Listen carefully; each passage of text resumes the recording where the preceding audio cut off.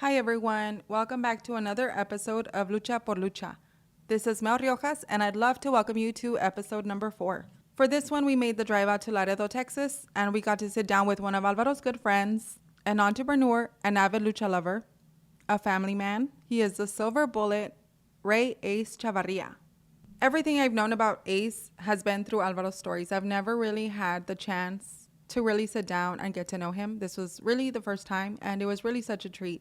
This guy is the definition of Southern hospitality. As soon as we got there, he had the cookout going. He had the carne on the grill, the drinks in the cooler. I told him I don't drink beer, so of course he went and pulled out a huge bottle of Gentleman's Jack. And we got to talking. So, full disclosure, this conversation started around 2 a.m., so please bear with us.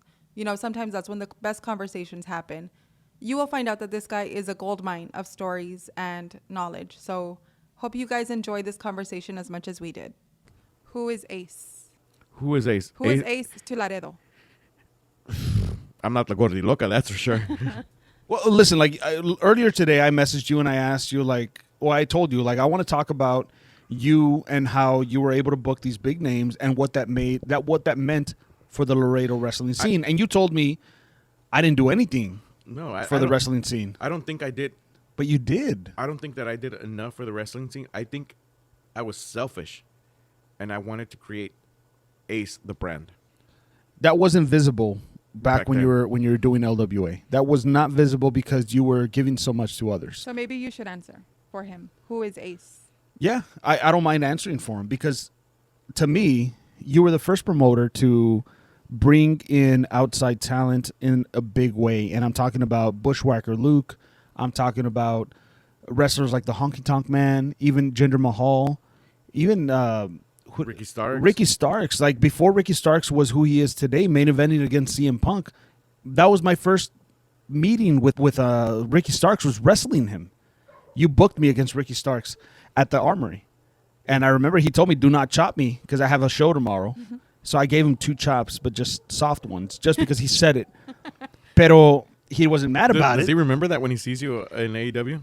So the first time I went to AEW was in Miami, and I went there as a tryout, and I just kept hearing, Joe. And it wasn't until he said, Bandana Joe, that I turned around, and I was like, whoa, shit, there's someone's talking to me. He's like, what the hell are you doing here? I was like, oh, I'm here for a commentary. He's like, hell yeah, man. He's like, I'm fucking proud of you. I'm glad to see you here. That's one guy that I'm extremely proud of, that he's there. He deserves it. He has worked hard. He worked hard. He believed in himself. He played with my kids in the living room. That's one thing I love about Ace is he will invite you over, no matter how big a star you are. He'll invite you over for a barbecue, and these wrestlers come over to his house, and they hang out. Yeah, Ricky Starks, Aaron Solo stayed in my kids' room. And the next morning, they woke up and they were playing 2K something. I don't know which game they had that they were playing right here. Ricky Starks was in my house with Aaron Solo playing 2K with my kids, you know. The Green Ranger there's a picture on my Instagram where the Green Ranger is with my kid at one of the LWA shows. It's like, damn, Jason David Frank. These mega stars are, just interacting with my kids. You were making it happen, dude. And to me, that's what you made. That's what you created for Laredo. I can't say a household name, but I remember once after a show driving and being at a red light here in Laredo, and the car next to me has kids in there, and the kids look around and they see me and their eyes light up and they wave, and I could see them word to their parents, that's Bandana Joe. And that's because of what you did. These kids knew who I was because of you. You booked it, you made it happen, they would show up. And I had a great time booking wrestling. Right. Beach. Former Ring of Honor world champion Jay Lethal was asking for Ray personally. For little old Ray. Yeah. Little old me, what did I do? Oh, thanks to Beach, I got a front row ticket, but I didn't even get to You watch didn't the even show. need it. I told the people, I'm here with Alvaro. Who's Alvaro? And I was like the Spanish commentary announcer. The Spanish God. Yeah. So they let me in and they said, this is your seat. Sit down right there. And I was like, oh, okay. So I was barely halfway into the first match and they're like, hey, you're wanted in the back. Am I here to watch a show or am I going to go to the Ray back? didn't know what was happening. You had a back row seat thanks to Jay Lethal. So they took me to the back and Jay Lethal's talking to me. I need this. Yeah. And then I see the blonde hair and a Hawaiian shirt. I just hear hey, yo. And then I see him and I'm like, that's Ray. I was like, what are you doing back here, guy? Where's your pass? Hey, mister, he doesn't have a pass. No, and I remember we spent like 2 hours just talking in That was catering. during our break because we were working we worked 3 hours, then we got a break, and then worked another 3 hours, and I caught you right in that break. I'm sure you were not like starstruck in the back, right? I'm sure you've met a lot of like popular I was wrestlers, more like- famous wrestlers. I want to talk to my friend. Like, I want to talk to my little brother. And people were like saying hi, and a couple people that have purchased boots from me were like, "Hey, what's going on, brother?" Like, "Hey, what's going on?" And Aubrey Edwards had lunch with us. Rich had lunch Yeah, with she us. stopped by. Rich was there with us. Pero who's the person that you've met that you just like went total geek over? Tully Blanchard. So Tully Blanchard is a wrestler from the NWA days back in the 80s. He wrestled for WWE too. Wrestled for WWE, but his biggest days were with the NWA, Georgia, North Carolina, Florida, Texas, like ni que se diga. And you became a very good friend of his. Yes, of course. Tully Blanchard was my, like, what they say, unicorn. Like, they're impossible to get. I remember the first time I saw him in person, we were at Wrestle Circus. I don't know if you remember. In Wrestle Austin. Circus, yes. And Tessa Blanchard was wrestling, and I remember I looked back like this, and Tully Blanchard was standing there, and I was like, oh, shit. He's like 3 people behind me. What's the worst he can tell me? He can probably say, he can cut a promo on me, and I love it because he cut a promo on me. Yeah. You know? Aside from that, Ray, you would have expected that from him. Yeah. So I was like, let me go say hi. I was like, how you doing, Mr. Blanchard? Hi, how you doing? And he started talking to me. I was like, whoa. He's nice. I was like, so I geeked out and I was like, I have one request. Could you please sign this belt for me? Which, you know, those plate belts that I make? The ones you make, yeah. Yeah. So he signed it, and I asked him, can I get a picture? And he was like, not right now. And I was like, I'm perfectly fine with that. He signed my belt. I will never ask for anything again in my life from Tully Blanchard. Yeah. I got to meet him. He told you not right now. Yeah, he's just said not right now. So, again, a second time that I saw him, we were at Wrestle Circus because Tessa was something big at Wrestle Circus. She was getting booked a lot. Yeah. Against guys and girls. Yeah. And I remember I saw him, how you doing, Mr. Blanchard? Oh, how you doing?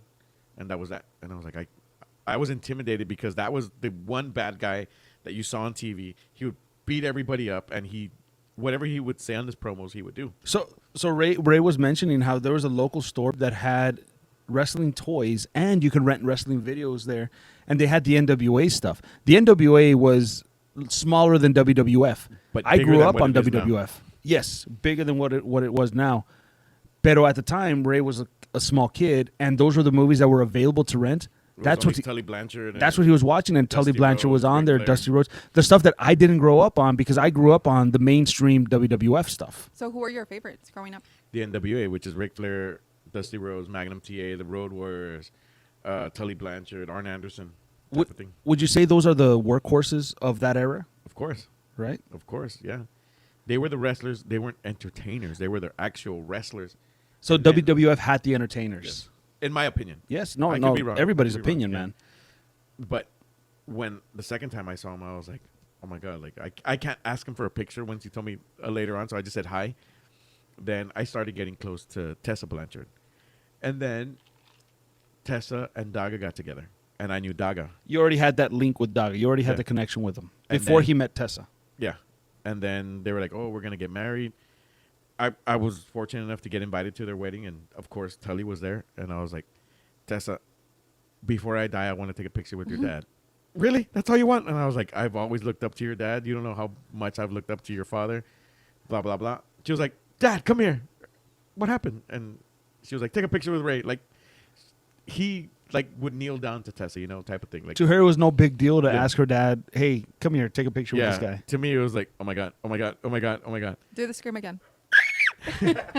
That's the Pee-wee screen from the new movie. Yes, Have you it seen the new is. Pee-wee No, movie on no, Netflix? no. Come on, you got to No, I watch it, haven't seen Ray. I'll see it next time. You have to, man. You have I the don't cup. I don't have time to watch TV right now. You got to You make have to, time yeah, you got to make time for Pee-wee. for that one, for Pee-wee. Hey, Pee-wee, R.I.P. R.I.P. I can do it louder too. Like once I drink a little bit more, I can be like. Okay, have a like few more drinks, my friend. That'll So be fun. I remember at the wedding, my wife was dancing with Tully Blanchard. There's pictures of her dancing. Really? At the wedding, yeah. Wow. So I was like, I told Lisa, I was like, that guy molded my childhood. Like everybody grows up with like Ninja Turtles, G.I. Joes, Transformers. I grew up on the NWA through magazines, through Perry's and renting videos. And that was the guy. Like that was the guy that knew how to talk to me. Like Dusty Rhodes talked, and you could feel it. Tully Blanchard was my like, oh, I'm scared if he would get mad at me type of thing, you know?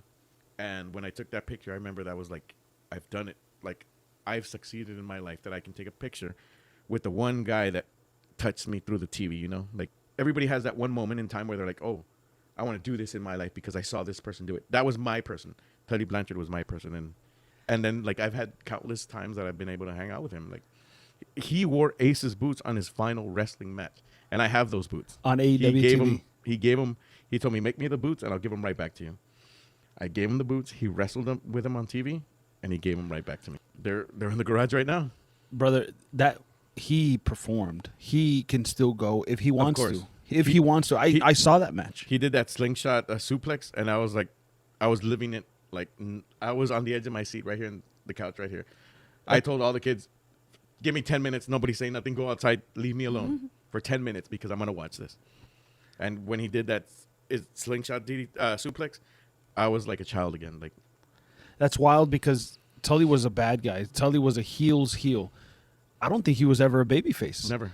And for me to hear that, like you were the age that I was a Hulkamaniac, to hear that you were a Tully maniac. No. Is wild. And it gets more deep into it. Like, during the time I was having some rocky moments in my marriage, AEW went to Austin and I went.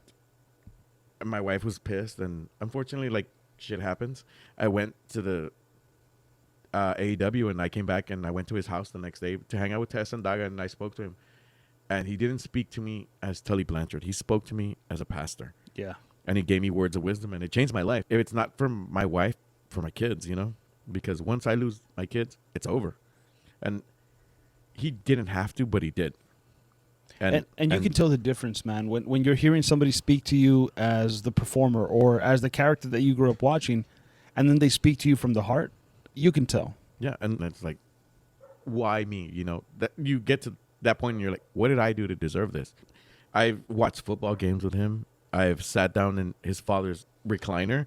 So Tully is a second-generation wrestler. His father, Joe Blanchard, would book shows, wrestling matches in San Antonio, Houston, all over. So his father was like around way longer than Tully had been. So Ray got to sit on that chair that his father sat in. Yeah, of course. In that home that his father, Joe Blanchard, owned. Yeah. That's back when wrestling was a really hot commodity where independent wrestling was making people money. Yeah, that's in the territory days. The territory days. What was their territory? Was Southwest Championship Southwest? Wrestling. Dude, they would go to the Valley. They would come here, in Laredo. They would go to Westico. Yeah. What? Bushwhacker Luke told me they went to Westico. Yeah. And that's years before I lived in Westico. He's like, yeah, we used to go to this town, Welasco. I was like, oh, you mean Westico? He's like, oh, yeah, that's the one. Yeah. Yeah, mate. Yeah, mate, I need to wet my whistle. I was like, you need a what? I can't help you with that, pal. No, I need a Zima. He wanted Zimas. Remember that drink? I do. So does Bushwhacker Luke. Yeah, I mean, that's, to me, of wrestling, Tully Blanchard. That's huge, man, because Bro, when I saw him at WrestleCon in Dallas for WrestleMania weekend, we have a picture right there and then. Like, I was caddy corner, like 3 booths away from him, and he was like, come here, Ray. Come here. Let's take a picture. And I was like, well, he's asking me. Yeah. He's asking me to take a picture with him now. So it was one of those humbling moments that you're like, did I make it? Or am I somebody now in this business where people get to recognize you? From the beginning, right? Like, from when you started wrestling to now, what is one thing that has not changed about you? My drive to be number one. Because you can be number one, but you can also be a failure, but number one. I don't want to lose. I want to keep winning. I want to make sure that when I book a show, that the people that paid their $10 to come into the venue got their $10 worth of wrestling. And that the talent that comes out to wrestle, that comes out when their music hits, knows I may not be wrestling in front of thousands of people. And a lot of wrestlers, independent wrestlers, may never make it to WWE, may never make it to AEW, but when they wrestle for me, that is their WrestleMania. That is their all out, all in. Like, I'm wrestling for Aces, and that's the next best thing to being at WrestleMania, all in. That's what I want. And I've had so many people, like big name people. My stuff is in movies. My boots are going to be in the Von Erichs movie coming up in December. Like, I went to the movie set. Like, I was there. Like, You sold boots to the talent. yeah, and it's like, I'm getting to be somewhere. Like, I didn't stop. Like, I took a break of being a promoter. Now it's time to come back. But I'm trying to do it under my rules. Like I was telling Laredo, LWA grew up and it became its own entity. Now, let me start another thing. If I can be successful in ACES, then I know that I've fully done it in my life. Because when LWA was running, we had big names. We have this, we had that. And as a matter of fact, today I've had somebody from the Bullet Club contact me and be like, hey, I want to work for ACES. And I was like, fuck, like I have barely even started. Like, this is not even scratching the surface of what I used to be able to do. We called Ramones. And Ramones mentioned how, he plans on coming back and doing all this. And Ray let him know, well, I got somebody from the Bullet Club reaching out. And things might get interesting. Bullet Club was a prominent group from New Japan Pro Wrestling. They're a part of it, AEW right now. Pero, the members of Bullet Club are high class. So that's exciting. That's exciting to hear. Yeah, you got to be somebody to make it into the Bullet Club in Japan. And if you make it in New Japan, Noah, Dragon Gate, you know that you've done it. This guy's in Bullet Club. Like, why not take the opportunity to make something of it for something that's independent, local, and homegrown right here? Danny Ramones, to me, is local, homegrown, because nobody else brought him. I brought him. Nobody else brought Bandana Joe. I brought him. Once I stopped, people took my guys to give him an opportunity. LWA was the first promotion where I was making money in wrestling. And then from LWA, there was 5 Star. There was Ishan's, I forgot what he called it at the time, but he was having like little birthday parties and doing his shows. And then you had the ROW, all those guys. Full Force, Full Blown. All these other different wrestling promotions that branched off of LWA. Pero I always took that to heart that why am I going to wrestle for someone else in Laredo when I'm already wrestling for Ray, for Ace? I don't have any ill will on anybody, but even at the time when it first happened? Nah. You know why? Because what happened as soon as I opened up Aces and people started knowing, it felt like nostalgia. Oh, currently you mean? Yeah, like Saturday, and the audience, Tiger, you know Tiger? I remember Tiger. He was yelling and screaming shit to all the wrestlers. Guess who came out in Burhan, Onyx, Madwan? Was Joker there? No. Oh, man. Madwan's sister and mom were yelling. It was just like nostalgia. Like LWA of old. Yeah, it was. Everybody came right back. It's like, okay, so I can do it. What's stopping me now? Not a single thing. So you said that your favorite venture so far has been Ace's Boots. Ace's Boots, yes. Is that like what's given you the most opportunities? It's taken me around the United States. I've been to WrestleMania. I've been to the anniversary show of Consejo Mundial. I could have gone to Triple Mania, but I didn't want to go because of my kids. 2 WrestleManias. I mean, it's a dream of a lifetime. Like, my boots are on NXT. My boots are on WWE. My boots are on AEW. My boots are all over the independent scene in Mexico, Japan. So it's my dream living vicariously through other people. If I'm living my dream through Alvaro, that he made it into the AEW and he's living the dream of that he wants. Because I remember seeing him on TNA and he was like, my name is Al. I wish everybody nothing but the best, but if you're going to be greedy with me, pues, it's okay. Because I was always told, make sure you shake everybody's hand going up because on the way down, that's the ass you're going to be kissing. Who told you that? Oh, you know. That's a good one. I've heard it before. Like, I think I've read it before. Maybe I didn't hear it before. Make sure that you shake everybody's hand on the way up because on the way down, that's the ass that you're going to be kissing. That's a really good way to everybody see goes up and they come right back down. Dude, I was on shows with the Honky Tonk Man. I booked you on that show. You booked me on that show. Anyway, I saw him on an airplane. We must have been in Nashville. I don't remember. But I got on the plane and I didn't get first class. So I'm there walking through the first class and I see Honky Tonk Man and I was like marking out and I didn't know what to call him. And Wayne. I was like, yeah, I was like, Mr. Wayne. And I called him that, Mr. Ferris.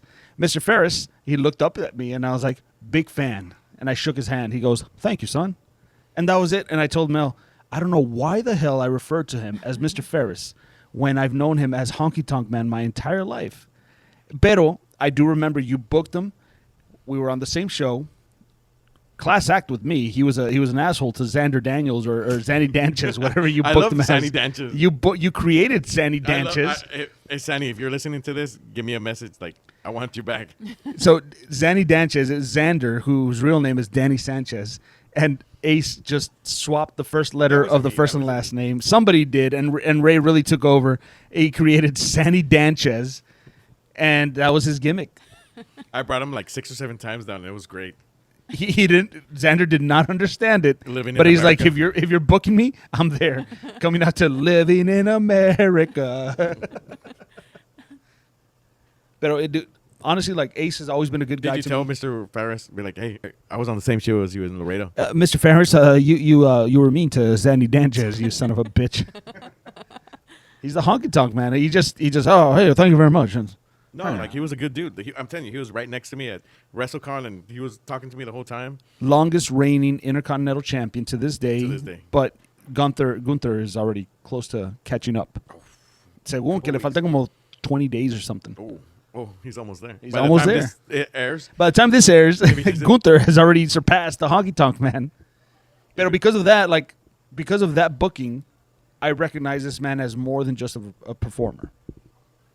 More than just, I've got long sideburns and my hair is slicked back. Do you know all I'm the coming lyrics? through your town in a pink Cadillac. I'm just a honky tonk man. He's a honky tonk man. I'm a honky tonk man. He's a honky tonk man. I'm cool. I'm cocky. I'm bad.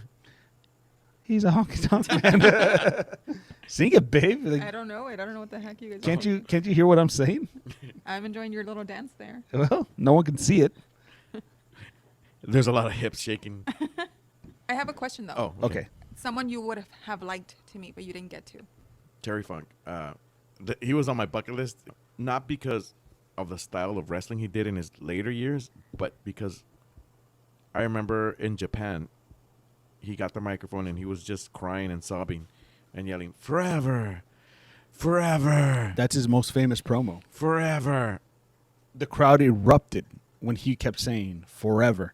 The Japanese crowd does not react to the wrestling. They don't react like the American crowd. They're quiet throughout the entire match. I don't remember the context. I do remember Terry was a bloody mess, Yes. and he starts talking about his legacy, talking about pro wrestling, and man, damn me for not knowing, but he kept saying forever, forever, and there's He said it pauses like in between. eight times, like, "Forever." Very slow paced and very long in between, and the Japanese crowd starts erupting more and more the more he says it, and he's in tears, a bloody mess, and his brother Dory Funk Jr. right next to him, and Terry's a bloody mess in tears. Yeah, that was one of my favorite promos next to Dusty Rhodes promos. But I think I would have enjoyed. Not a lot of people get to do what I do and sit down with the performer and speak with them and pick their minds and learn about the business. Not everybody learns about the business through a professional wrestler's aspect that has lived the business.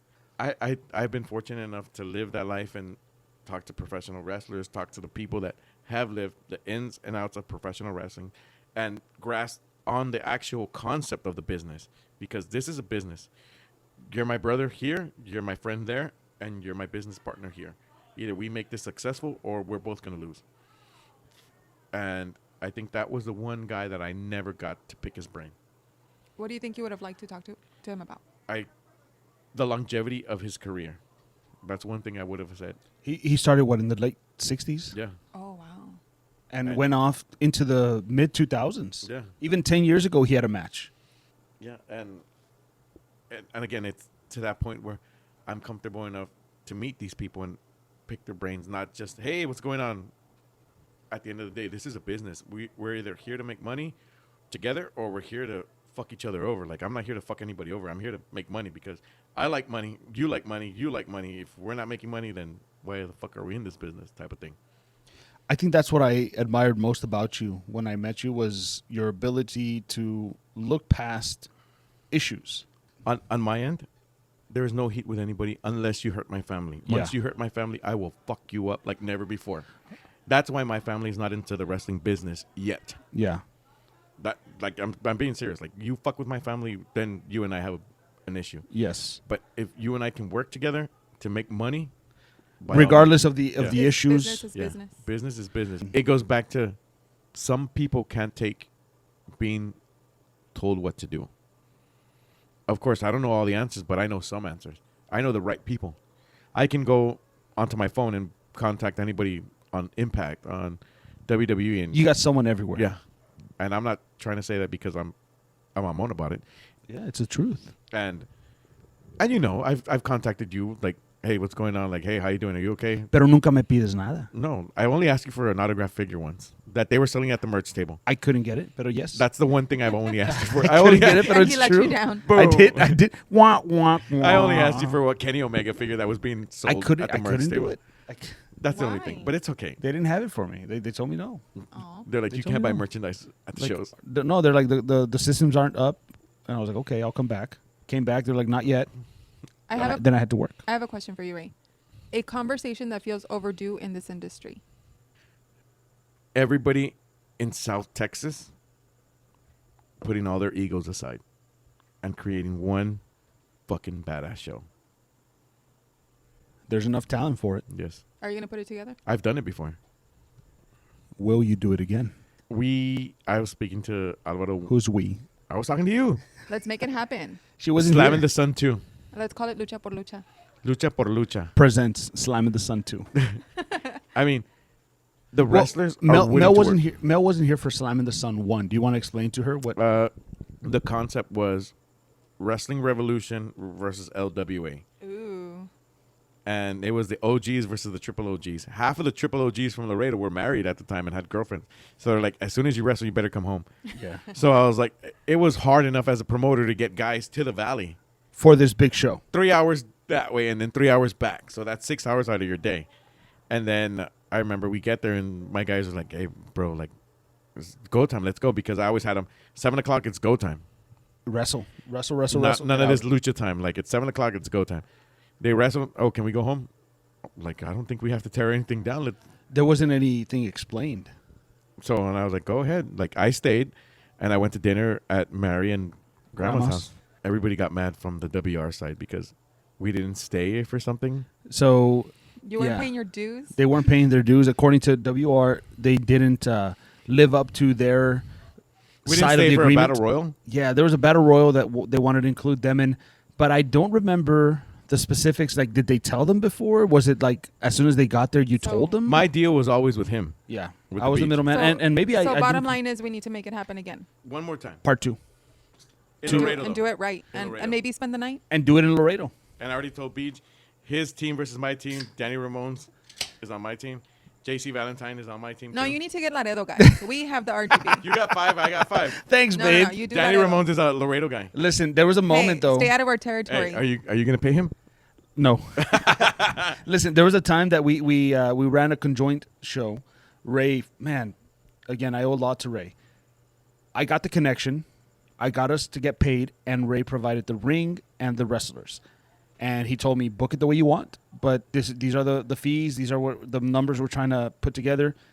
And we booked it in Rio Grande City, the middle of that. That's where you can go in between Laredo and McAllen, where Cena El Rey was. We booked it in Rio Grande City at the Star County Fair, and that was the first one. We booked like a tag team tournament. And I got rocks thrown at me. JC. It was Ray, JC Valentine, and the Southside. whole LWA getting rocks thrown at them because JC came out to help WR as LWA was beating up on all the WR wrestlers.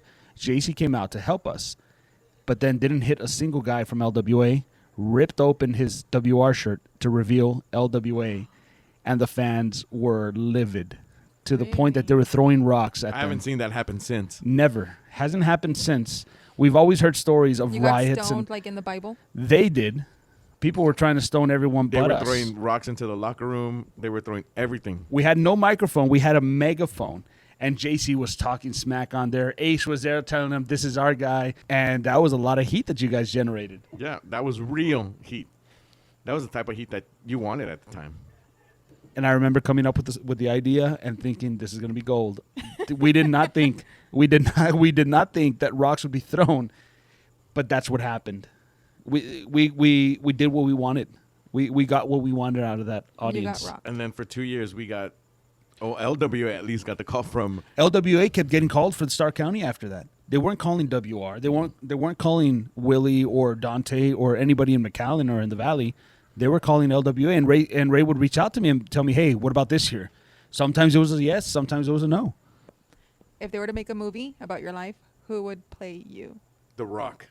The Rock would be Ray Chavarria. But like he'd have to be miniaturized. Like So you mean Kevin Hart. Kevin? You mean Kevin Hart? no, I meant The Rock. I said The Rock. Muscular, Perfect cast. brown. Why do I think of the Uncanny. why do I think of the guy that comes out in one of those Marvel movies as the Mexican security guard? Oh fuck. ¿Cómo se llama? You guys know who I'm talking about. No, I I just don't remember his name. Danny Trejo. No, he's too old. Damn, The I don't kid remember from his name. Cobra Kai. The one from Blue Beetle? Yes, that kid. He's too young. Hey, I was. He's a at young one- ace, that's I was right. young at one point Young too. ace. Okay. He's a young And Ray. then he turns into The Rock. He goes from being a Mexican kid to being Samoan. Fuck it. Sounds about right. Why not? If you smell it, what the ace? Hey, if The Rock can say, "Hey yo," then it's good to go. Hey, yo. Where did you get hey yo from? Scott Hall. Hell yeah. Obviously. Scott Hall, when he was in WCW, he'd be like, "Hey yo, He would come out for the surveys, remember? He'd be like that. He'd take a big breath. hey yo." Hey, yo. There you go. Are you here to see, and he would say it all boring, WCW? Or are you here to see the, and then he put the mic out to the crowd and they'd be like, NWO. And it'd be like, survey says one more for the bad good, guys. for the bad guys. Yeah, he would What's the say the matter bad with you, guys. Mato? I forget, man. It's late. It's like 3 in the morning. In my life, I think it would be like the kid who It's gonna be 4. It's going to be 4 in the morning. was in the Blue Beetle, then The Rock. Blue Beetle turns into Rock. Yeah, definitely. Right now, this current version, this current iteration of Ray is The Rock. That's fucking right. That's right. $7 ace. Siete pesos. 7 pesos. 7 peso plumas. Compa, ¿qué le parece esa borra? Who else has got their own boot Nope. company, gear company, I meat can't. company, and Meat company. School. Show the meat. and their own It's vlog, fine. vloggers. No, hey, there's Let me know. there's nobody else like. Just let me know, and I'll gladly hand over the mic. You'll gladly drop the mic. Let the mic drop. If I didn't let you know earlier, let the mic drop on Facebook Live every Friday. And they find you under Ace's Boots. No, they find me under Let the Mic Drop. Let the For miss. Aces Boots, they find me on Instagram, Aces Boots, and Twitter or X, Aces Boots 956, not thick 956. Damn, he's got heat with the 9.5 thick. The Beach. I've got one question for you. For me, Yes, say what? yes. Am I the first one to ever ask you a question on this podcast? As a host, me as a host, yes. That's a voice. This is also your first episode as a host. Oh yeah. Oh, So yes, that is the first question I get. nice. What made you reach out to me to say, "Hey, I can help build your company to be number one"? I reached out because I had never wrestled outside of the Valley. The Valley was the only place, and Wrestling Revolution was the only people I was working with. And then through Facebook, I saw the LWA, and I saw an opportunity to create something that I could not find anywhere else. I just could not find wrestling in Texas next level from where I was at. And I thought, let me reach out. I told you, you asked me what my fee was. You were very straightforward. We weren't buddies back then. So it's like I didn't know who you were. I asked you like, hey, what? You were like, a no-namer. yeah, we both were. I wasn't there. Well, he was a name because I found him. Pero I asked him like, hey, like what would it take for me to like what would I have to do to get booked? And he just asked me, what's your fee? And I remember like freaking out. I had never been asked that. So I asked my trainer, Willie, like, what's my fee? And he goes, well, you can go either here or there. Like, what do you want to ask for? Like, there's an in-between. Like, you could always work your way down. And I started with $100. And I told Ray, like, I work for $100. He's like, okay, you're booked against Beast Bane. Big dude. Bigger than Pete Payne, bigger than Nightmare. And we had the match. I can't tell you that it was the best match. We made it to the Zapata newspaper.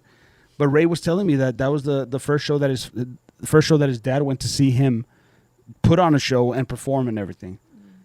So that was a special night for him, but also a special night for me because I met him and I worked you for were him. wrestling then? I wrestled for a little bit. What was your name? Ace. the silver bullet The Silver ace. Bullet Ace.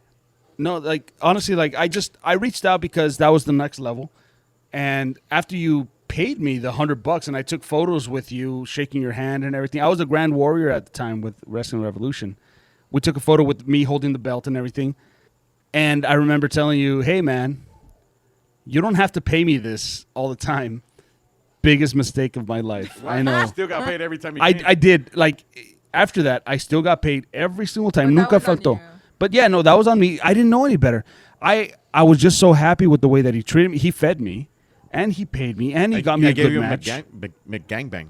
It was a Burger King, I think. No, it was a McGangbang because we had McDonald's. McGangbang. I'm not going to ask. Did you ever think that the word rostro meant Never heard of ass? Oh yeah, I always thought it was like your backside. yeah, no, they talk that's your face. It's your face. Tu rostro is your face, but I always thought it was your ass. I thought it was the backside. Like Tu Yeah, me posterior. too. Like your roast, like if you make roast beef, that's the ass. I've done one show as Aces. How do you think am I gonna do moving forward on Aces? Dude, you always find a way to come out on top. Whether you're motivated by money, whether you're motivated by a dream, or if you're motivated by trying to prove someone wrong.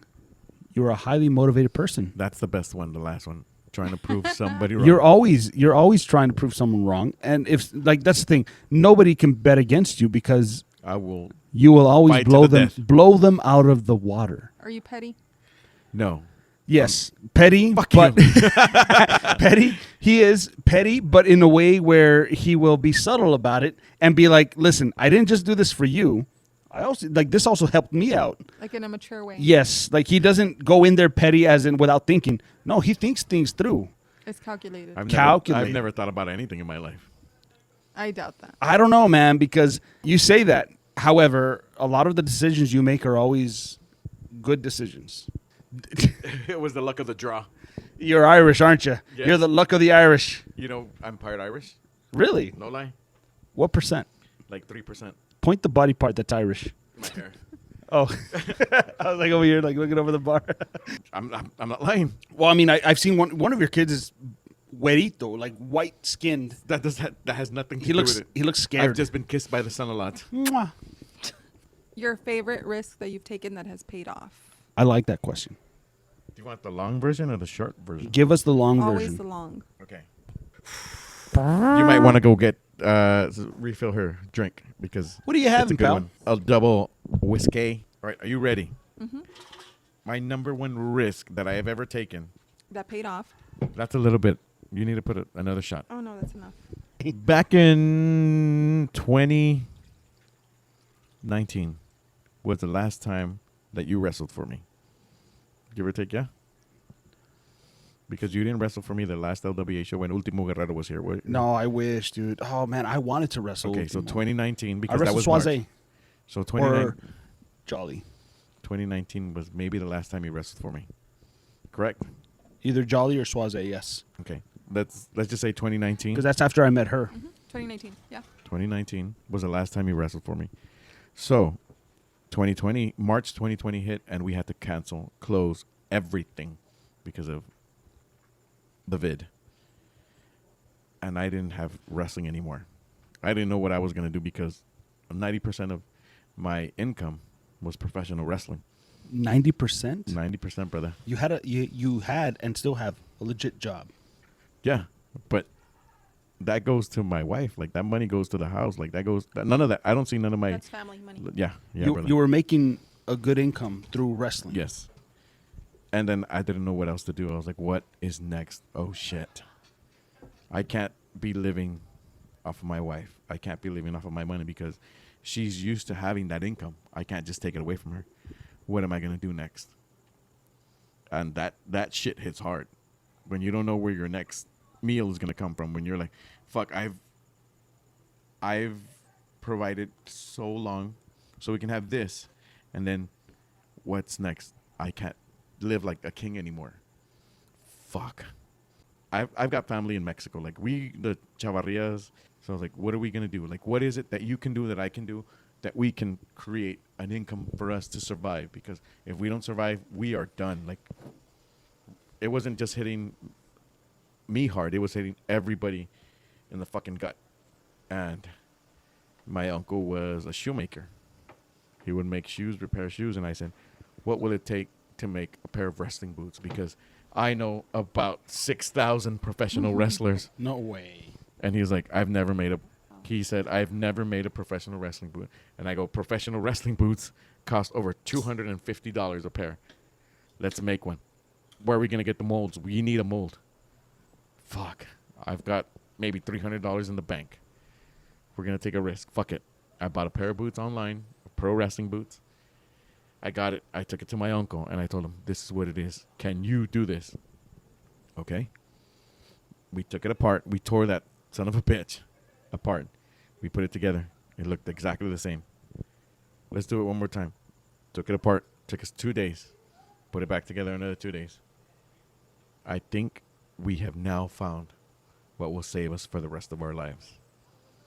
And he was like, do you think that you can do this? I know that I can do this. Do you think that you can do this? Because when I call, it's going to go down. Like, this is a family business. I'm letting you into the business. Now let's go to work. Because without you, there is no me. Without me, there is no you. Like, we have to trust each other 110%. Okay?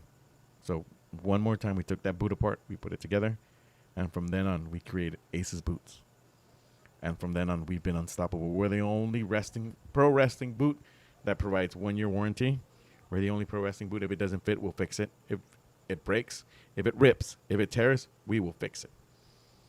And from then on to now, I think that we are slowly becoming the #1 boot company in the world.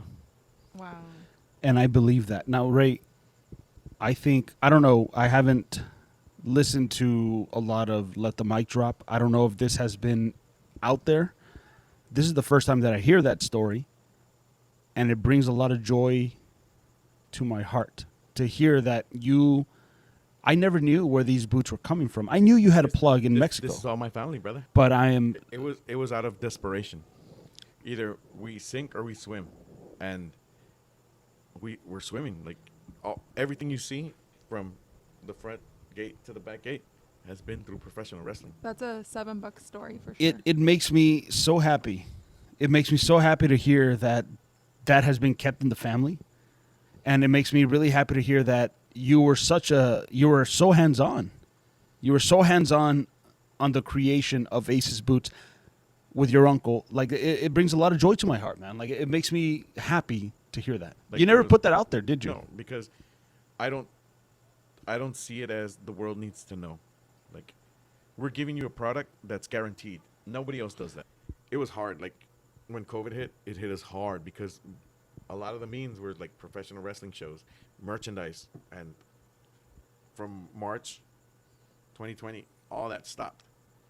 It legit stopped, and I was like, what are we going to do? Like, we just moved into this house. What are we going to do? No tenías mucho aquí, güey. We sat down, we talked about it. I was like, you repair shoes, can you do this? I don't have the machines. I'll get the machines. Like, we'll do something. Like, if you don't give up on me, I don't give up on you. So now it's like we've created an empire off of this. And it's like, it's family. It's not somebody else that'd be like, oh, I'm greedy. Like, fuck you, I'm out.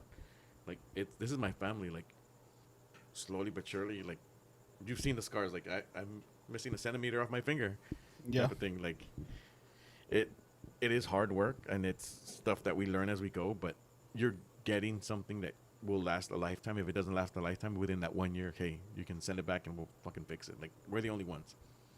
And your product is on TV. It's around the indies. It's worldwide. Yeah.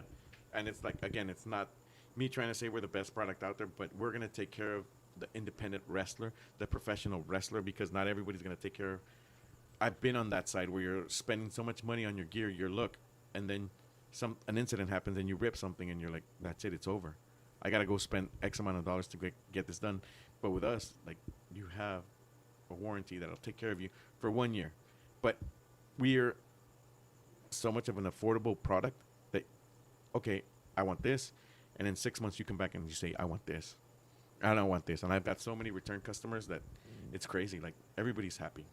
That's how you build a brand. You've seen it. You've seen it. On my Instagram, I posted a couple of days ago. Moose, boots fit perfectly. How many pairs are on that picture? 4. Dude, I'm telling you, like, you're on TV, WWE TV, AEW TV, Ring of Honor TV. Whatever program has wrestling on there, chances are your boots are on there. Yeah, and like I say, it's like We're not trying to be big shots about it. We're just trying to make sure that everybody's taken care of. Because I was there. I lived that wrestler approach to it. And it's like, oh, I just bought these boots and they're torn after like 6 matches. What am I going to do? Like, hey, as long as it's within the year, we'll take care of you. I feel very comfortable, Ray, with bringing people around you because of how you've treated me. And in all the years I've known you, you've always treated me like family, even in moments where things should have been all business. Like, you've always treated me like family. You're like my little brother. And because of that, I feel very comfortable with bringing people that I'm surrounded with around you. And I think that goes a long way, especially with the people that I have around me that are wrestlers, that I can say, hey, you need boots? Ray's got you. Ray will take care of you. You've held on to a couple of big name boots: Lance Archer, Brandon Cutler, Stu Jay Grayson, Lethal. Jay Lethal. You were the one that sent me that picture. Jay Lethal didn't expect this, and he got him, and he's all happy. Yeah. So I mean that means the world to me. And that even like that spreads the word of what your product is, like the trusted product. Like, people who trust your product are people worth listening to. You know what's funny is that something that you two have in common is that you went into wrestling, like you found success in wrestling in ways that you did not expect, but it worked out for you. Of course, I never thought I would be here at this moment in time, talking on a podcast about my previous experiences, which now have made me successful in this. And we're in a position now that we wouldn't have never seen ourselves in maybe 5 years ago. 5 years ago, I think we were still bullshitting We hadn't grown up yet. with You're still bullshitting a little bit. Yeah, but it's fun now.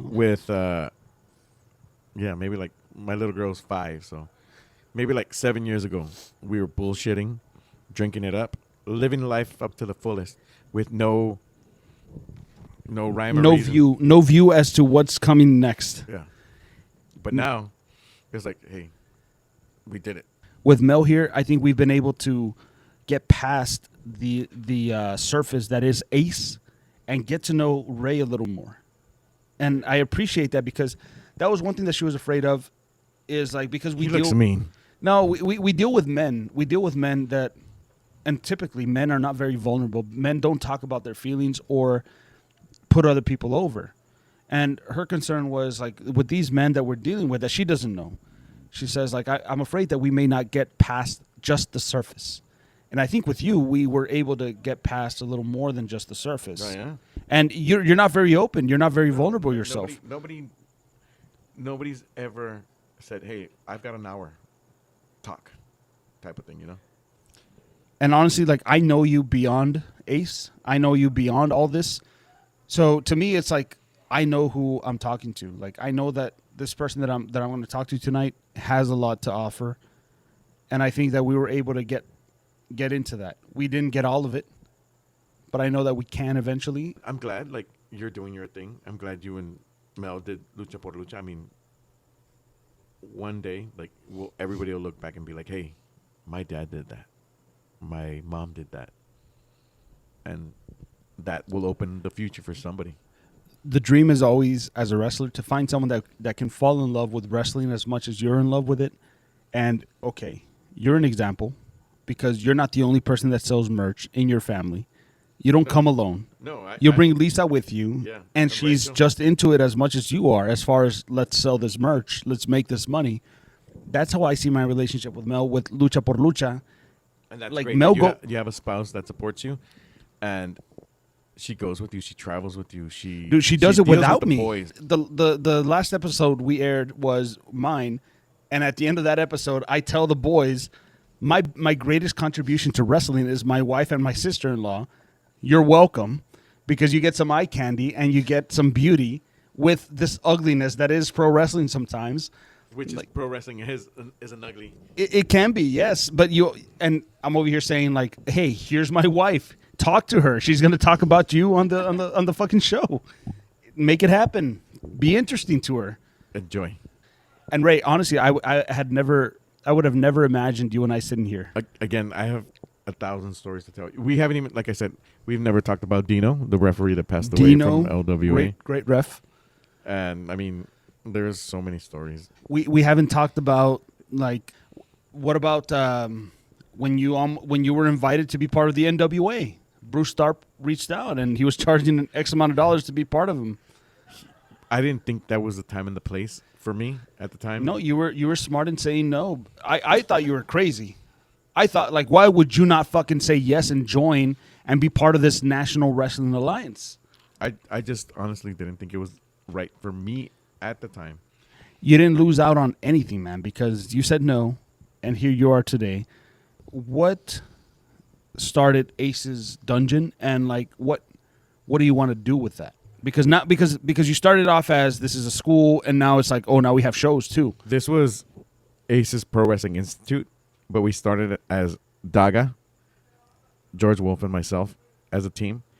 And since Aces is registered for a business, we're like, we'll just go with Aces. And then before you knew it, there was a dungeon involved, and I was like, I didn't ask for this. I wanted Institute. And they're like, no, like we outvoted you. And I was like, fuck my life.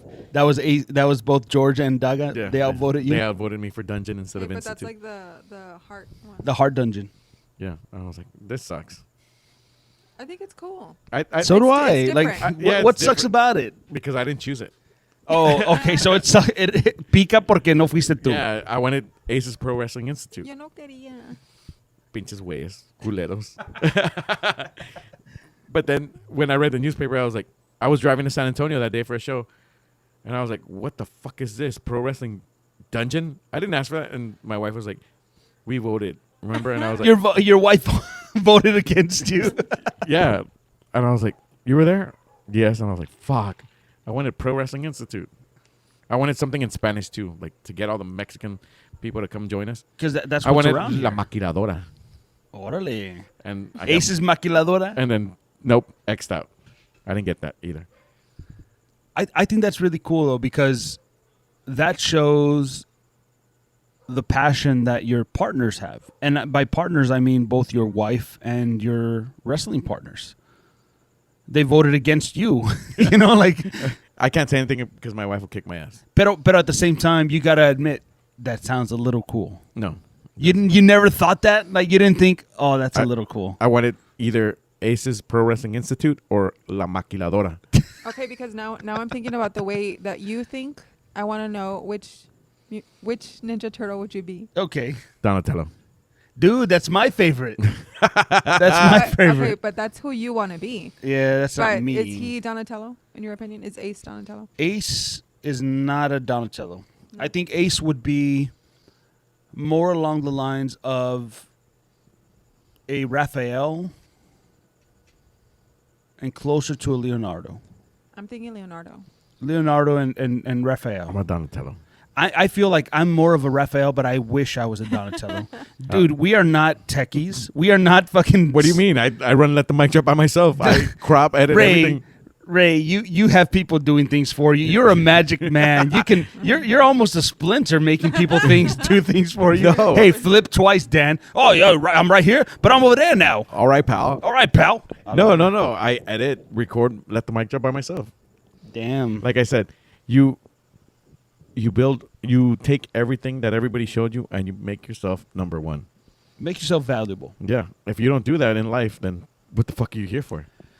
I wanted to show you that Ace is not a masculine machista. Yes, the fuck I am. He's a cool dude that is open to being vulnerable. Only on Tuesdays. And he showed us today on a Saturday that he is on a look at the time. It's 4 a.m. Oh. Saturday morning No that wonder he they is call as vulnerable comes. Get your ass inside, they told me. He tried, but we didn't let him. Lisa, we're sorry. I know that you're an avid horror movie lover. I remember your old house. You had a bunch of movies, and you also have tattoos of your favorite horror villains. Plus, there's a big demon They're in your heroes. living room They're right now. horror heroes. And I have a witch in the Yeah. living room. That was An 8-foot witch. That was a hint. So, who was your first favorite horror film villain? When I was maybe 8 years old, Yeah. everybody with their older siblings, the parents go out and party and they leave you with the older siblings, right? And they put the movies on. Yes. Goes back to, we only had a national video. My brother goes and rents Halloween 4 out.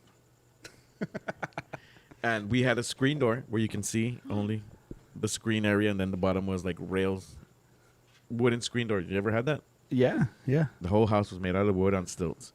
So we're watching we were getting all the snacks and stuff ready, and my brother's friends were supposed to come because they would always come and watch movies. He was like, okay, boys, nobody came. Let's start watching the movie. This is a long-winded story. Thanks a lot.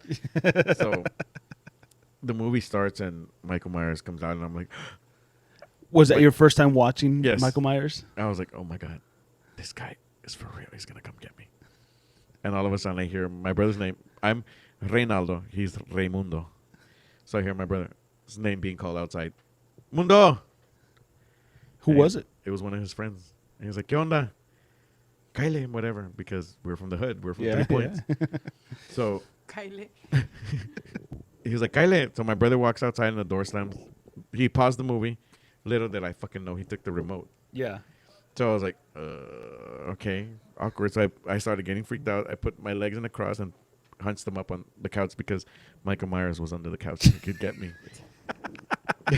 Why are you laughing? Because I could see myself in you, like being a little kid. Being a little kid. And then all of a afraid. sudden the movie starts playing and I was like, oh shit. Without your brother. Yeah. And I was like, but he had the fucking remote, like from the outside through the screen door, pushing play. But you were already like sold, like you want to watch. I was like, Mundo, Mundo, the movie's playing, Mundo, like, and he was already on another level. So like, Mundo, the movie's playing, Mundo, and he was like, I didn't hear shit, but I could watch the movie. So Michael Myers is walking around, and I was like, Mundo, Mundo, I'm calling you, Mundo. Nothing.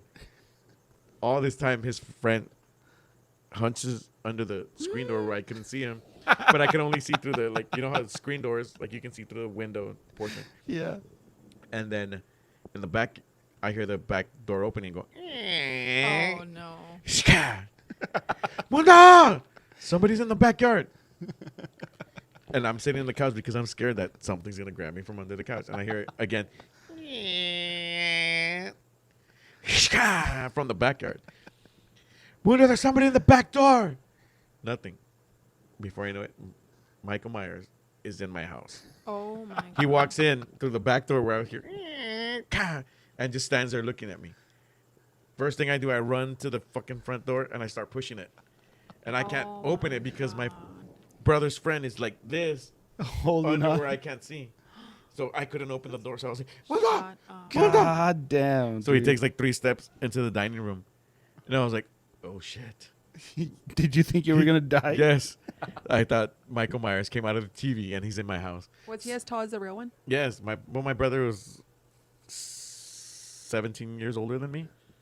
So imagine, he's already an adult. He's fucking around. Yeah. He's in his 20s and you're like as a kid. So I was like, I can't get it out. Like, you know. So next best thing, you run under your parents' bed. So I run and he starts walking and all you see is the feet going like this Hombre. around the bed. And all this in the background, people are yelling and screaming from the movie. And I'm like, my aunt used to live next door. I'm like, Tia! Calling her. And I was like, fucking somebody come and get me. I'm under the door. And then he would look. And while all this noise is, you can hear. On the movie. Yeah, the movie was still yelling and screaming playing. and people dying. And he's looking at me like that. And it's my brother dressed up as Michael Myers. Was he walking slow and everything? Yeah, Oh everything. my Like he would God. do it. And then he would grab me like this No. and pull me. And I would get under the, like out of under the bed. He would let go. And I would crawl back yelling and screaming. He would give you a chance. Yeah, to get back. And then my aunt was like, ¿Qué chingados traen? Pórtense bien. And I was like, Tia! My tia didn't give a fuck. Bro, my grandparents had to come back, lift up the bed and take me out of that bed. Oh my God. But that didn't deter you from the horror movies. That scared me till I was in high school. And then when did you become a fan Of what? of these horror movies? I'm not. Dude, you have tattoos, and I remember you like telling me It's a every facade. year I do marathons and I watch these. Because I want to get over the trauma of that shit. You're still working on it. I'm still working on that He's shit. I'm pretty sure challenging you'd be himself. fucking freaked out too. I would be. I don't think I'd be alive today. No, yeah, but that's one of the stories that That my brother is fucked me up. That is scary, man. I don't blame you That's for being. crazy. I'm pretty sure if you'd live it, you'd fucking hate your brother too. I would. Plug your next show. Yeah. For sure, our next show is October 15th at the Iron Body, address 820 Gale Street. And you can always watch us on Let the Mic Drop Fridays. Just search Let the Mic Drop on Facebook, Instagram. and YouTube. Ladies and gentlemen, this was Ray. Thank you very much for having me here on Lucha por Lucha. We'll see you next time. Blow a little kiss. That wasn't me. That was I. If you didn't know, and by now you all should, metal up. What was your song? What did I use? You use some fucking generic like audio slave sounding song like nail through my head from my creator, something like that. What's the name of that group? It's a Christian group. Oh, brother. Alter Bridge, No. Creed. with eyes wide open, horse in a burnt tail. Turn on the lights. Tell me everything. It's Tell me Skillet. everything. Skillet. I would play it on the mic. Was this one right? What was this one? Can you hear it? It was Skillet Hero. Tough. That's what I came out to. Ace, ace, ace. Well, it's 5 a.m. My wife is going to kill me. She's going to kill us too unless we get out of here. Rest in peace, Terry Funk, Bray Wyatt. Yeah, dude, that was sad, man. We'll see you on the other side. Thank you for what you did.